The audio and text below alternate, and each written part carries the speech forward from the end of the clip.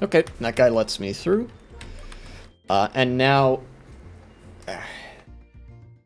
Alright, enough putting it off. I should talk about it. When I logged onto Twitter.com, I saw that Anna Kasparian was having a what we describe as a normal one, by which I mean she went absolutely insane.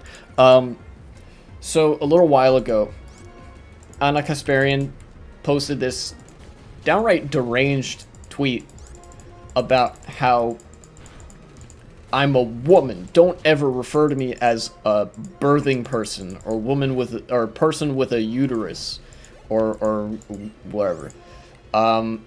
Of course, being deliberately obtuse to the fact that these are medical terms in the field of medicine and in the field of lawmaking. You use the terms person with a uterus or person with a womb or person who gives, who can give birth to refer to an inclusive group of people which contains cis women and trans men who are not infertile. It is literally the most correct terminology that you can use when you're dealing with medical issues, because medicines can be targeted to certain people who have certain physiological attributes and whatnot. Having a womb or certain internal body parts is one of those internal organs, which is common to cis women and trans men, again, who are not infertile.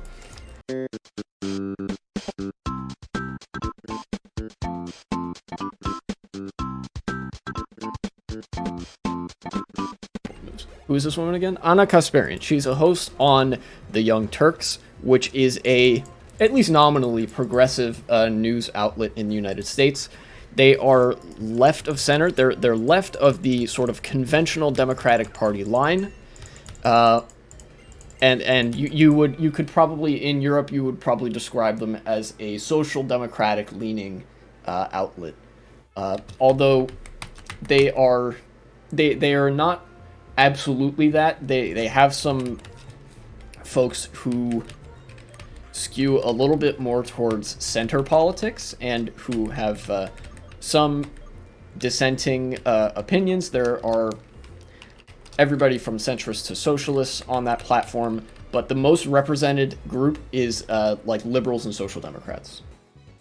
She's a host on that show, and she had posted a little while ago that insane rambling, and then she not just doubled down but tripled down. She had made a video to the same effect. Her rambling about like being a woman and don't ever reduce me to my bodily functions or whatever got a lot of positive attention from transphobes, the quote-unquote gender critical or TERF crowd, and the far right. And she was like seemed weirdly okay with it. She must have been to a summer turf boot camp at Hogwarts. Yeah, probably. Something like that. There's another explanation that I think is a little bit more likely that I'll get to in a second. But she posted another tweet. This is the tripling down. Lol.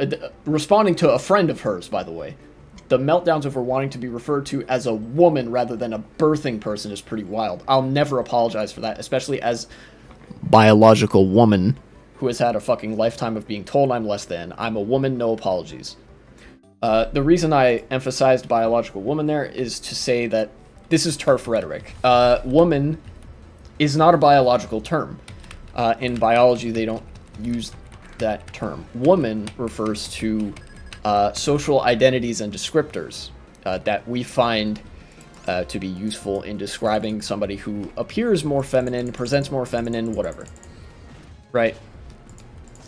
Needless to say, what makes somebody a woman or not has nothing to do with their biology, necessarily. So, in saying that birthing person is being used to refer to women, Anna is doing the reductive framing that she accuses doctors and lawmakers of doing, which is reducing women to nothing more than their bodily functions. And again, as you could imagine, this tweet also got a lot of positive engagement from the far right. And of course, it got a lot of pushback from the left, rightfully so.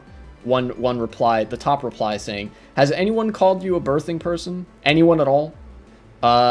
Which, by the way, they are right to ask, because nobody called her that. This is not something that she lives with on a daily basis. And she said, "Yes, Tyler," the guy had Tyler in his username, "I live in California," alluding to how California is a liberal state, as opposed to like a more conservative state.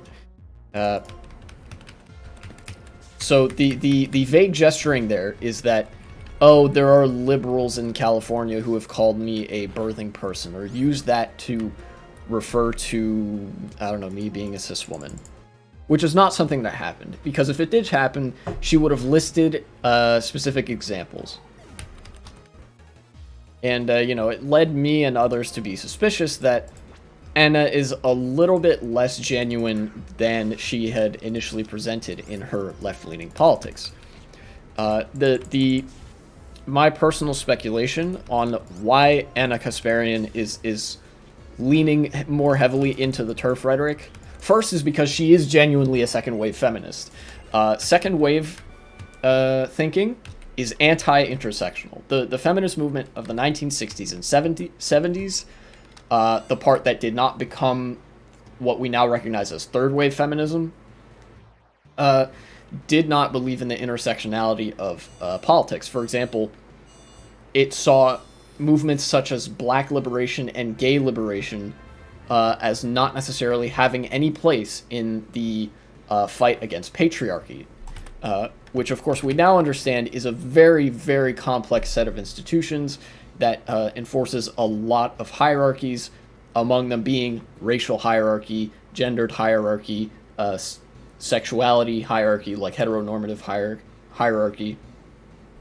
All that to say, being a second waver, you are inherently mentally, like, you are inherently, like, handicapped in the way that you can sort of analyze liberation politics for minority groups, because you necessarily exclude them from each other. And I think that's part of it. But then another part of it is that I think she's getting money to say things like this. That seems like a little bit out of left field, but hear me out for a moment. The Young Turks has actually seen some high-profile defections to the far right back in the day. The sort of more established version of what we would call the sort of far-right pipeline is when there is a sort of media personality on the near left, or like anywhere on the left, who is relatively popular, and a right-wing group offers them money to start changing their tune, basically pays them to be a mouthpiece for the right wing. And you can tell that they take the money because their opinions start getting less and less and less amicable to left-wing interests, to working class interests. They start being more reactionary. Folks like Glenn Greenwald. Glenn Greenwald used to be an actual left-winger, but then he started getting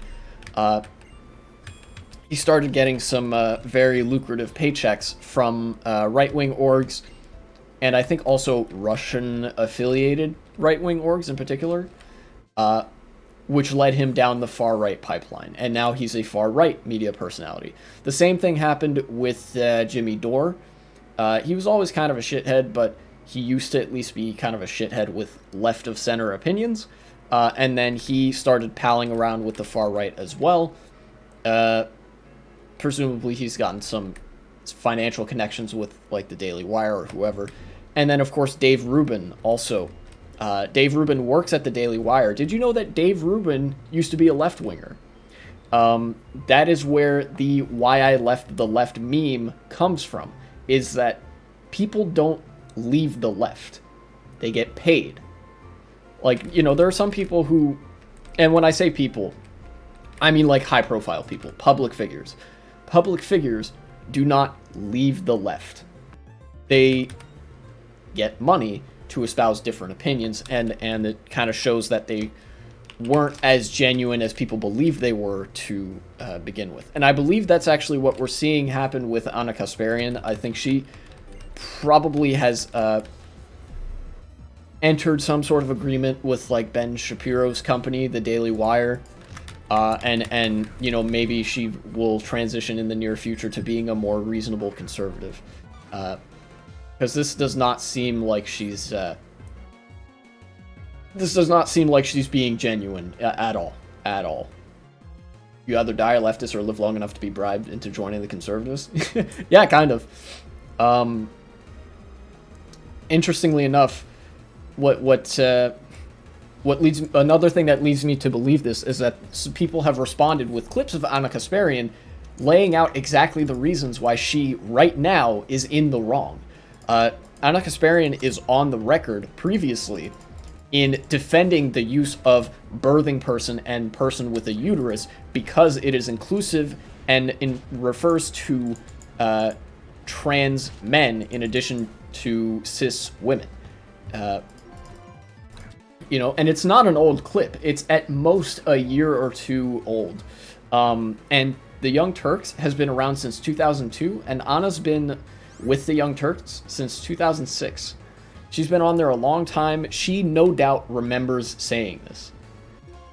And it is, it's disappointing, but I guess in one way or another, it could have been predicted, I guess. And on top of that, the last time she did this, not the last time, the first time she kind of wrote a weird tweet about don't ever call me a person with a uterus or birthing person.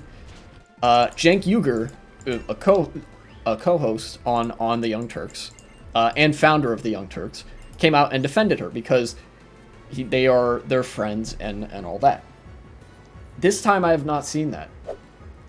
I have not seen Cenk put out a tweet defending Anna this time, which leads me to believe that something more is going on. So there's Cenk not defending her, video evidence from pretty recently of her contradicting herself, the pre-established pattern of left-leaning commentators being paid off by the right wing to become right-wing commentators, and Anna's seeming second-wave thought all lead me to believe that she's just gonna become one of the gender-critical TERFs soon enough.